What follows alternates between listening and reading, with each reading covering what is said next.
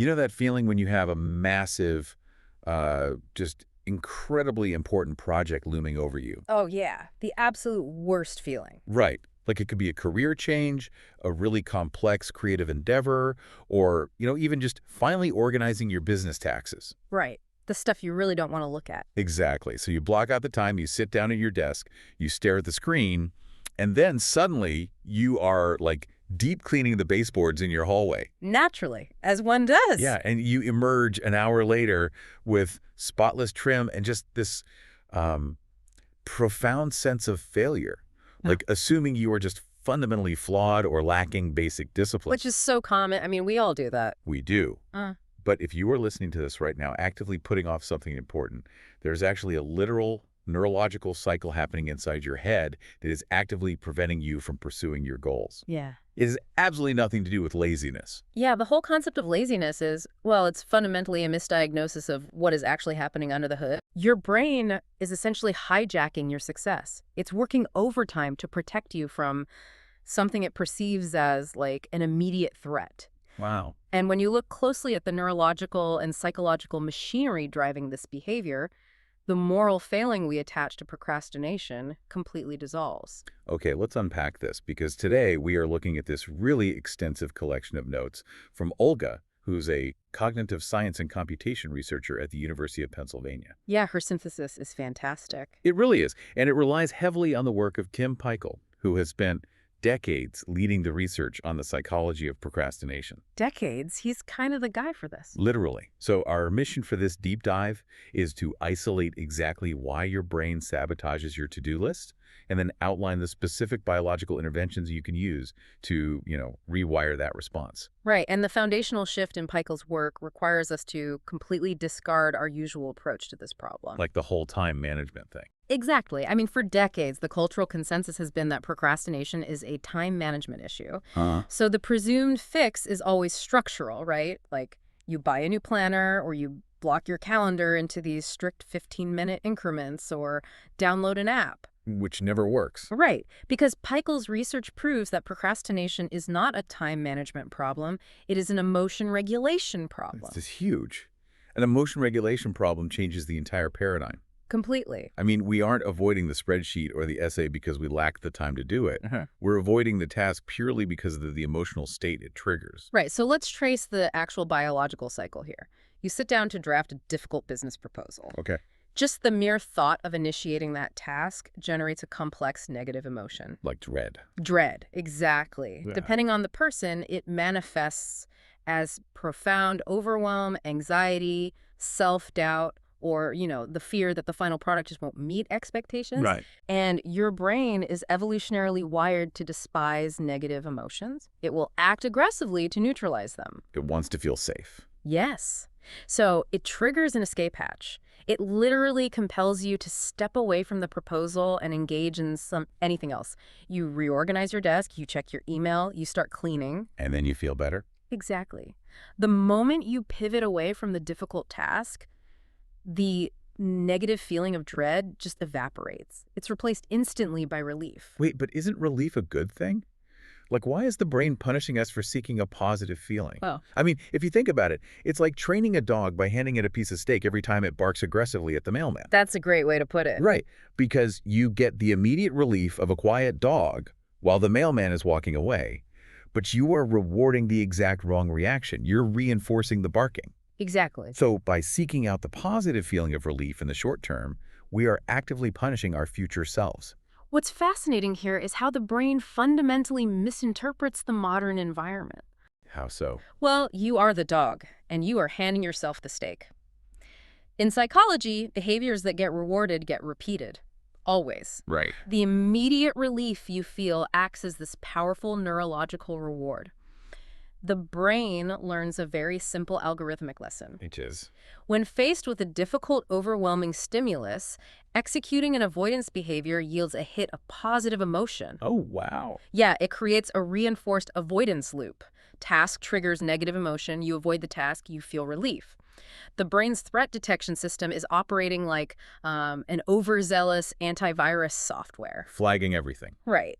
It miscategorizes a blank Google Doc as a system-critical threat and forces a hard reset to protect the CPU. Okay, here's where it gets really interesting. Yeah. Because that threat detection system isn't just a metaphor, right? It's a physical piece of hardware in your head. Very much so. We are talking about a literal neural battlefield between two specific systems in the brain competing for control. Yes, the amygdala and the DACC.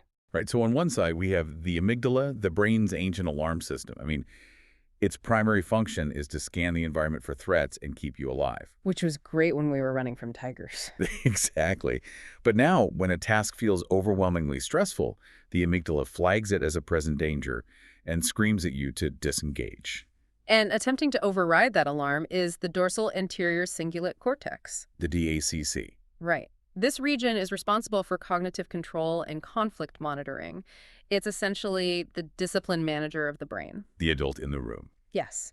Its job is to receive that blaring fear signal from the amygdala, rationally evaluate it, inhibit the panic response, and force you to take goal-directed action. Okay, so I picture the amygdala and the dorsal anterior cingulate cortex as like two roommates fighting over the steering wheel of a car on the highway. I love that visual. Right. The amygdala is in the passenger seat, absolutely panicking, violently grabbing the wheel to swerve the car off the road into a ditch because it thinks a shadow ahead is a cliff. Meanwhile, the driver's just trying to stay on the road. Exactly. The dorsal anterior cingulate cortex is in the driver's seat, physically wrestling the wheel back to center, just trying to maintain course and speed. That is precisely the dynamic. And when you procrastinate, the panicked passenger overpowers the driver. The amygdala wins. Like yanks the wheel. Yeah. In cognitive science, we call this an amygdala hijack. The emotional centers of the brain completely override the rational executive function. You flee from the task. Wow. But the physiological reality of this avoidance loop is what really requires our attention. Because what you repeat, you become. What do you mean by that? Every time you allow the amygdala to win and you consume that hit of relief, you myelinate. You physically strengthen the neural pathway for procrastination. So we are actually structurally altering our brains. Exactly. It stops being a mere behavioral quirk and becomes a physiological default.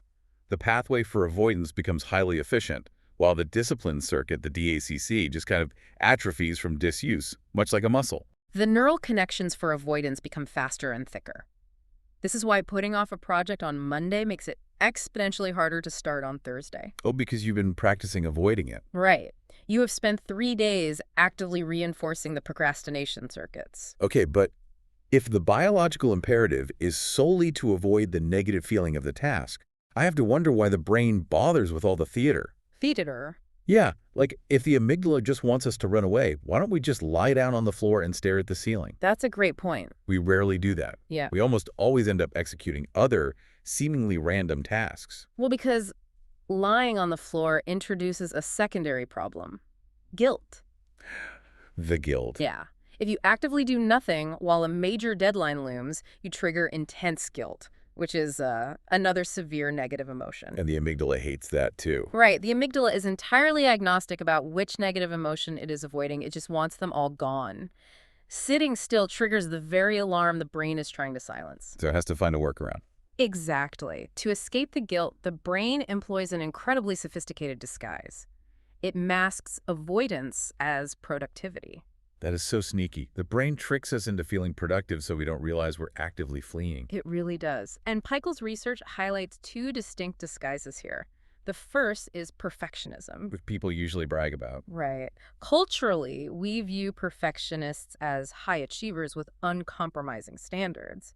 But clinically, perfectionism functions as a profound fear response. The fear of being judged. Exactly. The fear that the result will be judged, flawed, or rejected essentially paralyzes the executive function. Yeah. I mean, you cannot fail if you never declare the work finished. The source notes actually detail a fascinating study on this involving university professors. Oh, the publication rate study. Yeah. Researchers evaluated the publication rates of academics and found a strong inverse correlation with perfectionism. Which seems counterintuitive. Right. The professors who scored higher on perfectionism actually published fewer papers than their less perfectionist colleagues. And this was regardless of their work ethic or intelligence. Because academic publishing is the ultimate exercise in peer review and potential rejection. It's terrifying. Yeah. For a highly perfectionist professor, the manuscript sitting safely on their hard drive poses absolutely no emotional threat. Right. But the moment they submit it, they are exposed to the negative emotion of judgment. So they endlessly revise. The need to be flawless actively suppresses their actual output. Which brings us to the second disguise, which Peichel refers to as short-term mood repair, or, productive procrastination. That's the one that catches everyone. Oh, I am heavily guilty of this. It's when you swap the high-stakes, anxiety-inducing task for a low-stakes, safe task that still delivers a dopamine hit of accomplishment. Give me an example. Okay, so instead of drafting the actual essay, I will spend an hour meticulously color-coding my research notes. Or, instead of applying to jobs, I'll tweak the margins and font choices on my resume for the 5th time. Right. The notes even mentioned reading 10 different books on how to start a business instead of just filing the LLC paperwork. It really begs the question, is all preparation just procrastination in disguise? It's a fine line. Where is the line between valid readiness and avoidance? Well, the demarcation line is the presence of risk. Risk, okay. Yeah. Safe tasks like color coding notes or adjusting resume margins, they entirely remove the risk of failure. No one is evaluating the aesthetics of your highlighting system. That's so true. You feel a sense of motion, but you are completely stationary regarding the objective. You are generating a false sense of productivity to appease the amygdala's demand for safety. But the needle hasn't moved. Exactly. The needle on the actual intimidating task remains unmoved. Man. So we manufacture busy work to insulate ourselves from fear. But that assumes the fear is justified, right? Okay. We are operating on the premise that the brain's prediction of dread is fundamentally accurate. But how do we know the task isn't actually as miserable as our brain insists it will be? Well, we actually have empirical data on exactly how poor our emotional forecasting is. Oh, we do? Yes. Thanks to Tim Peichel's famous pager study. Ah, yes. The pager study. Right. Before smartphones were ubiquitous, Peichel distributed physical pagers to 45 university students for the 5 days leading up to a major academic deadline. 5 days of pagers. Yep. He paged them 8 times a day. And at each prompt, the students had to immediately log what they were doing and what their emotional state was regarding the impending assignment. I just think the methodology here is brilliant. Right. Because it strips away retrospective bias, It captures the exact cognitive dissonance in the moment. Exactly. They were forced to document their avoidance in real time. And the behavior was entirely predictable. The students consistently replaced the difficult academic work with more exciting, low-stakes activities. Shocker. Right. But the critical data point was the narrative they constructed to justify the avoidance. Early in the week, they reported sentiments like, I work better under pressure, or I am just not in the right headspace. I'll feel more inspired tomorrow. Oh, the classic lies we tell ourselves. Yeah, they use these rationalizations to alleviate the immediate guilt. They relied on the assumption that their future self would magically possess the willpower and desire that their current self lacked. Exactly. But then the deadline arrived, they were out of time, and were forced to finally sit down and execute the work. The moment of truth. Yes. Peichel surveyed them after the assignments were submitted, and out of the 45 students, not a single one was glad they waited. 0%. 0%. They universally reported wishing they had started earlier. But more importantly, they collectively realized that the actual friction of doing the task was significantly lower than the immense dread they had built up in their heads during the avoidance phase. That is just wild. Yeah. Why is the human brain so terrible at predicting its own future emotions? It's a great question. Like, you aren't actually avoiding the task. You are avoiding how you think the task is going to make you feel. And your brain is wrong almost all the time. If we connect this to the bigger picture, the brain is an evolutionary prediction machine dramatically calibrated toward worst-case scenarios. Because that kept us alive. Exactly. Over-indexing on potential threats kept our ancestors alive. So when you visualize sitting down to write the paper, your brain does not simulate the quiet focus or the satisfaction of completing a thought. No, it simulates torture. Right. It simulates the absolute maximum potential for frustration, the pain of a blank page, the fear of a failing grade. It catastrophizes the friction. Wow. The pager study proves that the dread of starting is almost always infinitely worse than the reality of doing. Because doing is just typing. Right. The actual work is often mundane, perhaps tedious, but it rarely matches the emotional torture chamber the amygdala anticipates. Okay, so we have mapped the architecture of this problem. We understand the biological avoidance loop, the strengthening of neural pathways, the disguises of perfectionism and productive procrastination, and the brain's severely flawed affective forecasting. That's a lot. It is a lot. So how do we dismantle this? What is the structural intervention? Well, the answer, after 20 years of psychological and neuroscientific research, is embarrassingly simple. Embarrassingly simple. You just start. Wait, really? Just start? You just start. You commit to 5 to 10 minutes of the task, entirely divorcing yourself from the expectation of the outcome. Okay, I mean, on the surface, just start sounds like a motivational poster, not a neuroscientific hack. It sounds totally reductive, I know, but the goal of the 5 minutes is not to make meaningful progress on the project. Then what is it? The sole objective is to interrupt the biological avoidance loop. There is a precise 2-step execution for this intervention. Okay, let's hear it. Step 1 is to catch it and name it. When you feel the overwhelming urge to abandon the spreadsheet and go reorganize your spice rack, pause. Easier said than done, but okay. Right, but just pause. Acknowledge the physical urge to flee and articulate the exact emotion out loud or in your head. Formulate the sentence like, I am feeling overwhelmed by this data, or I am feeling anxious that my manager will reject this proposal. So what does this all mean neurologically? Like, why does articulating the emotion alter the brain state? Well, when you force yourself to translate a vague, visceral feeling into precise language, you activate the prefrontal cortex, specifically the areas involved in linguistic processing. Okay. This region sends inhibitory signals down to the amygdala, physically dampening the panic response. Oh, it's like being a little kid alone in a dark room, terrified that there was a monster in the corner. Exactly. Your amygdala is firing wildly. But naming the emotion is the equivalent of walking over and turning on the lights. I love that analogy. The emotional center disengages, the rational brain processes the visual data, and you realize the monster is just, a pile of laundry draped over a chair. That is exactly what happens. The mechanism is called affect labeling. By verbalizing the emotion, you are literally forcing your brain to shift processing power away from the limbic system and back into the rational dorsal anterior cingulate cortex. You're handing the steering wheel back to the driver. Exactly.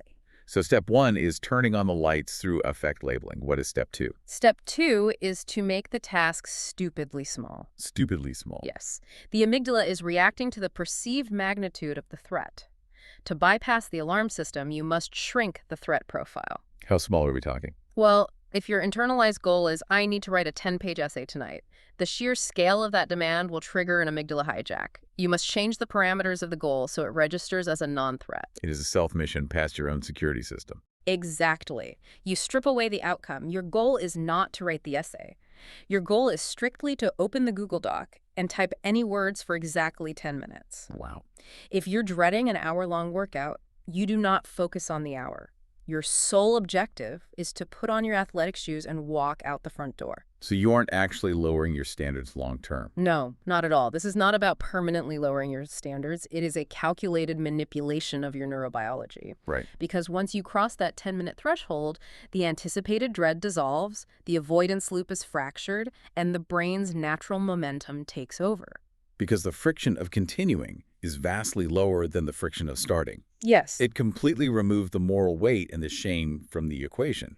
It frames procrastination not as a character defect, Right. but as a predictable biological hurdle that we now have the exact mechanistic tools to clear. And it allows you to systematically rewire the brain, slowly strengthening the dorsal anterior cingulate cortex one microstart at a time. Incredible. So next time you catch yourself generating an incredibly complex color coding system, or deciding that Tuesday afternoon is the optimal time to clean your refrigerator, Which it never is. never. Pause and take a breath. Recognize that it is not a lack of willpower. It is simply your amygdala attempting to protect you from an exaggerated threat. Turn on the lights, name the emotion driving the avoidance, and assign yourself a stupidly small 10-minute task. That's the secret. It really is. But before we finish, there's a broader implication here worth mulling over. We have focused on how our brain's threat detection system is miscalibrated regarding spreadsheets, essays, and chores. Right. But if our amygdala is routinely hallucinating this level of dread over mundane tasks, what other critical areas of our lives is it blindly categorizing as threats? That's a deep question. Are we avoiding difficult conversations with our partners? Are we putting off major life changes, career pivots, or setting necessary boundaries merely because they trigger temporary emotional discomfort?